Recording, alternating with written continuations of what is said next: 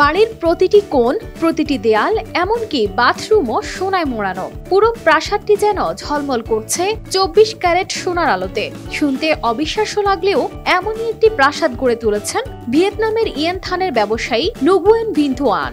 2 দশকেরও বেশি সময় ধরে পরিশ্রম আর সংগ্রামের পর অবশেষে তিনি তৈরি করেছেন তার সোনার প্রাসাদ, যা এখন ভিয়েতনাম জুড়ে আলোচনার কেন্দ্রবিন্দু।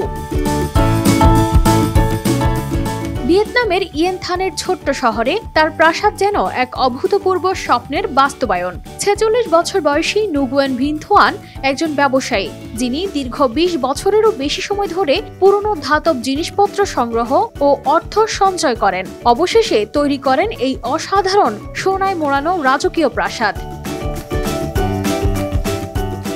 2022 সালের ফেব্রুয়ারিতে শুরু হওয়া এই বাড়ি তৈরিতে খরচ হয়েছে প্রায় 30 কোটি টাকা। 3 তলা বিশিষ্ট এই প্রাসাদে আছে 3টি চিলেকোঠা, একটি বড় বাগান, যা প্রায় 7000 বর্গমিটারের অর্ধেক এলাকা জুড়ে বিস্তৃত।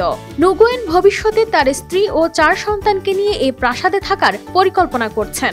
এই সোনার প্রাসাদটি এখন শুধু একটি বাড়ি নয়, বরং ভিয়েতনামের ইয়েন থানে এক নতুন আকর্ষণ হয়ে উঠেছে। স্থানীয় মানুষ এবং পর্যটকরা আসছেন এটি দেখতে।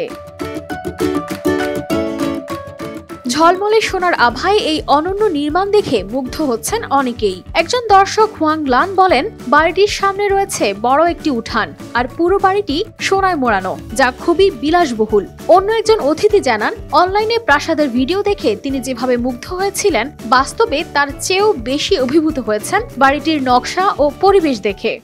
Trong quá trình khó khăn trong ngôi nhà này thì do thiết kế là hoa văn phù điêu làm bằng ভিন থুয়ান নুগুয়েন জানান, প্রাসাদ নির্মাণের সবচেয়ে বড় চ্যালেঞ্জ ছিল সমস্ত নকশা ও খোদাইয়ের কাজ, যা পুরোপুরি হাতে তৈরি করা হয়েছে।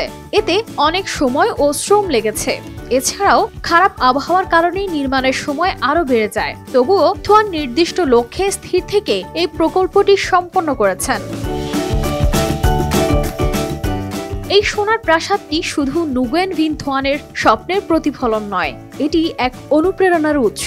কারণ এর মাধ্যমে প্রতীয়মান হয় যে কঠোর পরিশ্রম, অধ্যবসায় আর সৃষ্টিশীলতা কিভাবে কল্পনাকে দিতে পারে বাস্তব রূপ।